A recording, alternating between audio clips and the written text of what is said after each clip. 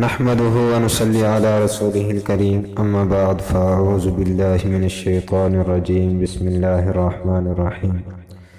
قال الله تبارك وتعالى ان الله وملائكته يصلون على النبي يا ايها الذين آمنوا صلوا عليه وسلموا تسليما اللهم صل على سيدنا ومولانا محمد وعلى آل سيدنا واصحاب سیدنا و مولانا محمد مبارک وسلم وصلی علیہ۔ دنیا میں سب سے زیادہ لذت دینے والی چیز محبوب کا ذکر ہے، اور ہمارے محبوب حضرت محمد صلی اللہ علیہ وسلم کا ذکر سب سے زیادہ حلاوت دینے والا اور لذیذ ہے۔ جب بھی پیغمبر اکرم محبوب دو عالم صلی اللہ علیہ وسلم کا ذکر آئے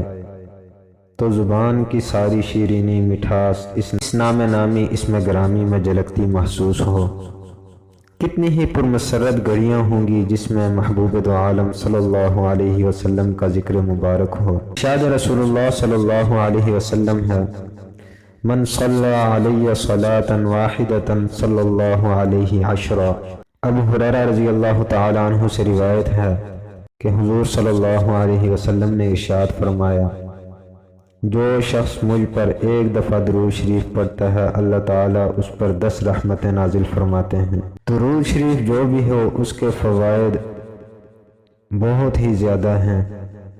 لیکن آج جس درود شریف کے بارے میں بات کریں گے وہ زبان پر بہت ہی آسان لیکن ثواب کے لحاظ سے بہت ہی زیادہ۔ چنانچہ حضرت ابن عباس رضی اللہ تعالیٰ عنہ حضور صلی اللہ علیہ وسلم کا ارشاد نقل کرتے ہیں، جو شخص یہ الفاظ کہے جزا اللہ عنا محمدا ما ہوا اہلہ، ترجمہ اللہ جل شانہ جزا دے محمد صلی اللہ علیہ وسلم کو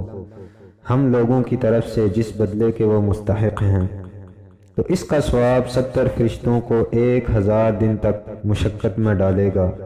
نزہۃ المجالس میں بروایت طبرانی حضرت جابر رضی اللہ تعالیٰ عنہ کی حدیث حضور صلی اللہ علیہ وسلم کا یہ ارشاد نقل کیا ہے کہ جو شخص صبح و شام یہ درود پاک پڑھا کرے، اللہم رب محمد صلی علی محمد وعلی آل محمد واجز محمد صلی اللہ علیہ وسلم ما ہوا اہلہ، وہ اس کا ثواب لکھنے والوں یعنی فرشتوں کو 1000 دن تک مشقت میں ڈالے رکھے گا، لکھتے لکھتے تھک جائیں گے۔ بعض علماء نے جس بدلے کے وہ مستحق ہیں کی جگہ وہ بدلہ اللہ کی شان کے مناسب ہے لکھا ہے، یعنی جتنا بدلہ عطا کرنا تیری شایان شان ہو وہ عطا فرما، اور اللہ جل شانہ کے مناسب بالخصوص اپنے محبوب دو عالم سرور کائنات حضرت محمد صلی اللہ علیہ وسلم کے لیے ظاہر ہے بے انتہا ہوگا۔ حضرت حسن بصری رحمۃ اللہ علیہ سے ایک طویل درود شریف کے ذیل میں نقل کیا گیا ہے کہ وہ اپنے درود شریف میں یہ الفاظ بھی پڑھا کرتے تھے، وَجْزِهِ عَنَّا خَيْرَ مَا جَزَيْتَ نَبِيًّا عَنْ أُمَّتِهِ، اے اللہ حضور صلی اللہ علیہ وسلم کو ہماری طرف سے اس سے زیادہ بدلہ عطا فرما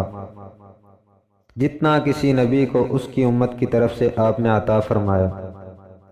تو دوستو، اب غور و فکر کرنے والی بات یہ ہے کہ وہ کریم اور شفیق نبی جو امت کی خاطر اتنا روئے